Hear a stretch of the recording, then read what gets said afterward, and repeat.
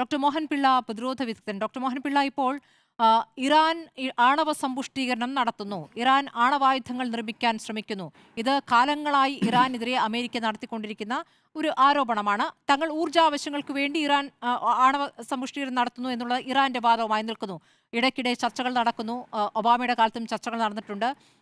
ചില ഉടമ്പടികൾ ഉണ്ടാവുകയും ചെയ്തിട്ടുണ്ട്. പക്ഷേ ഇപ്പോഴും ഇറാനെതിരെ ഉപരോധങ്ങളാണ്. ഇപ്പോൾ ട്രംപ് വന്നതിന് ശേഷം ഈ ഉപരോധങ്ങൾക്കിടയിലാണ് ഇറാൻ മുന്നോട്ട് പോകുന്നത്. അതിനിടയ്ക്കാണ് ഈ യുദ്ധത്തിലേക്ക് കൂടി നീങ്ങിയിരിക്കുന്നത്. അടിയന്തരമായി ഈ യുദ്ധ സാഹചര്യം എന്തായിരുന്നു എന്നുള്ളതാണ്. ഇപ്പോൾ ഇറാന്റെ തിരിച്ചടി വന്നിരിക്കുന്നത് ഗൾഫ് മേഖലയിലേക്കുമാണ്. അപ്പോൾ അതുണ്ടാക്കാൻ പോകുന്ന ആത്യന്തികമായ പ്രശ്നങ്ങൾ, ഭീഷണികൾ എന്തൊക്കെയാണ് ഡോക്ടർ മോഹൻ പിള്ള? ഇത് കഴിഞ്ഞ വർഷത്തെ 2025 അറ്റാക്കുമായിട്ട് കൂട്ടി വായിക്കേണ്ടതായിട്ടുണ്ട് നമ്മൾ. കാരണം 2025 അവർ ഇറാനിലുള്ള എല്ലാവിധ ന്യൂക്ലിയർ ഇൻസ്റ്റലേഷൻസും ന്യൂട്രലൈസ് ചെയ്തെന്നും ഇറാനെ പാഠം പഠിപ്പിച്ചു എന്ന് പറഞ്ഞ് യൂണിലാറ്ററലായിട്ട് ആദ്യം ട്രംപ് അവിടെ ഒരു നാണക്കേടുണ്ടാക്കിയ ഒരു അവസരവും നമ്മൾ മറക്കരുത്. ട്രംപ് ആദ്യം സീസ് ഫയർ ഡിക്ലെയർ ചെയ്തു. ഇസ്രയേൽ അത് അംഗീകരിച്ചില്ല.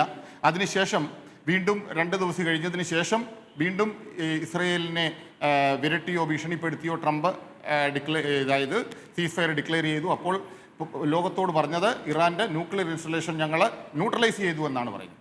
ഇപ്പോൾ ഇതിൽ നിന്ന് ഒരു കാര്യം വ്യക്തമാണ്, അവരുടെ ഉദ്ദേശം ഇത് തന്നെയല്ല.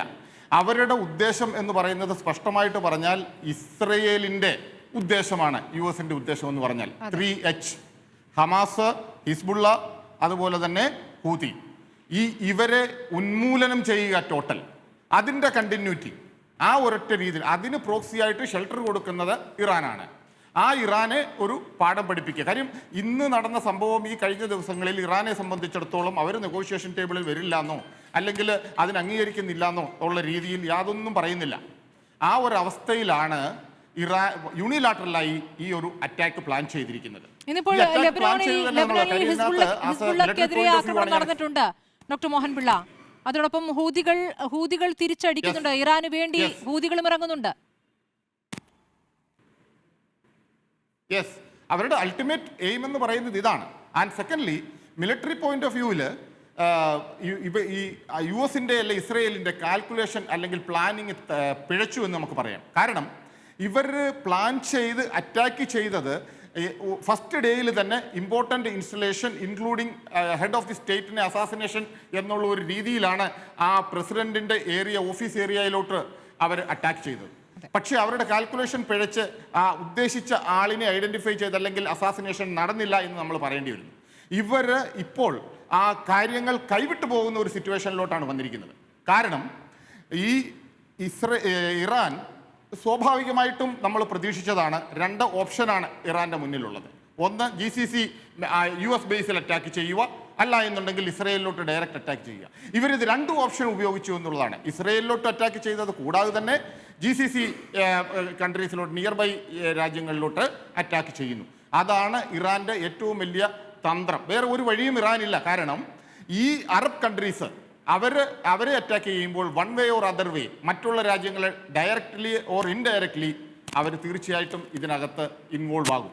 നേരെ മറിച്ച് ഇറാനിൽ എക്സ്റ്റേണൽ അഗ്രഷനും കൂടാതെ ഇന്റേണൽ ഡിസ്റ്റർബൻസസും കൂടി കമ്പൈൻ ചെയ്യുമ്പോൾ അവിടെ ഒരു അൺസ്റ്റെബിലിറ്റി അത് പ്രതീക്ഷിച്ചിരുന്നു. പക്ഷേ ഈ ടൈമിംഗ് ആണ് ഇമ്പോർട്ടൻ്റ് എന്ന് നമ്മൾ പറയേണ്ടത്. കാരണം ഈ റംസാൻ മാസം എന്ന് പറയുന്ന ഈ പുണ്യമാസത്തിലുള്ള ഈ അറ്റാക്ക് ഒരു സിമ്പതി എന്നുള്ള രീതിയിലേക്ക് കാര്യങ്ങൾ കൊണ്ടുപോവുകയും അതുപോലെ തന്നെ ഗൾഫ് കൺട്രീസിലെ, അതായത് കുവൈറ്റ് ആണെങ്കിലും മറ്റുള്ള ദുബൈ ആണെങ്കിലും അതുപോലെ തന്നെ ഖത്തർ ആണെങ്കിലും ഒക്കെ ഈ US-ൻ്റെ ഈ ആറ്റിറ്റ്യൂഡിനോട് പൊതുവെ നേരിട്ട് വരാനുള്ള സാധ്യത ഇപ്പോൾ വളരെ കുറവാണ്. രണ്ടാമത്, എല്ലാവരും പ്രതീക്ഷിക്കുന്നത് എന്താണ്? അമേരിക്കൻ ബേസിൽ അറ്റാക്ക് ചെയ്താൽ തീർച്ചയായിട്ടും ഈ ചെറിയ രാജ്യങ്ങൾ അവർക്ക് പരമാധികാരമുണ്ട്, അവർ അറ്റാക്ക് ചെയ്യും എന്നാണ്.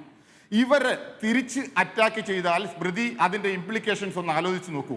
യുദ്ധത്തിൻ്റെ ഗതി മാറും. കുവൈറ്റ് അറ്റാക്ക് ചെയ്യുന്നു, അല്ലെങ്കിൽ ഏതെങ്കിലും ഒരു ചെറിയ ദുബൈ, അല്ല എന്നുണ്ടെങ്കിൽ ഖത്തർ അറ്റാക്ക് ചെയ്യുമ്പോൾ ഈ കഴിഞ്ഞ വർഷങ്ങളിൽ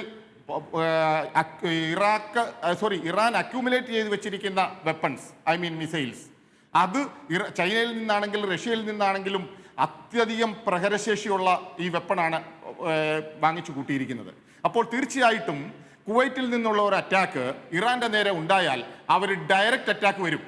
ഇപ്പോൾ അവർക്ക് ജസ്റ്റിഫൈ ചെയ്യാവുന്നത് US ഇൻസ്റ്റലേഷനിൽ മാത്രമാണ് അറ്റാക്ക് ചെയ്തിരിക്കുന്നത് എന്നുള്ളതാണ്. അപ്പോൾ അതിന് കൗണ്ടറായിട്ട് കുവൈറ്റിൽ നിന്ന് അറ്റാക്ക് ഉണ്ടാവുകയാണെങ്കിൽ ഇറാൻ തീർച്ചയായിട്ടും കുവൈറ്റിനെയോ അല്ലെങ്കിൽ അതുപോലെയുള്ള ചെറു രാജ്യങ്ങളോ അറ്റാക്ക് ചെയ്താലുണ്ടാകുന്ന ഇംപ്ലിക്കേഷൻസ് ആരും അതിനെക്കുറിച്ച് കാൽക്കുലേറ്റ് ചെയ്യുന്നില്ല. അപ്പോൾ യുദ്ധത്തിന്റെ ഗതി മാറും. അതാരും ആഗ്രഹിക്കുന്നില്ല.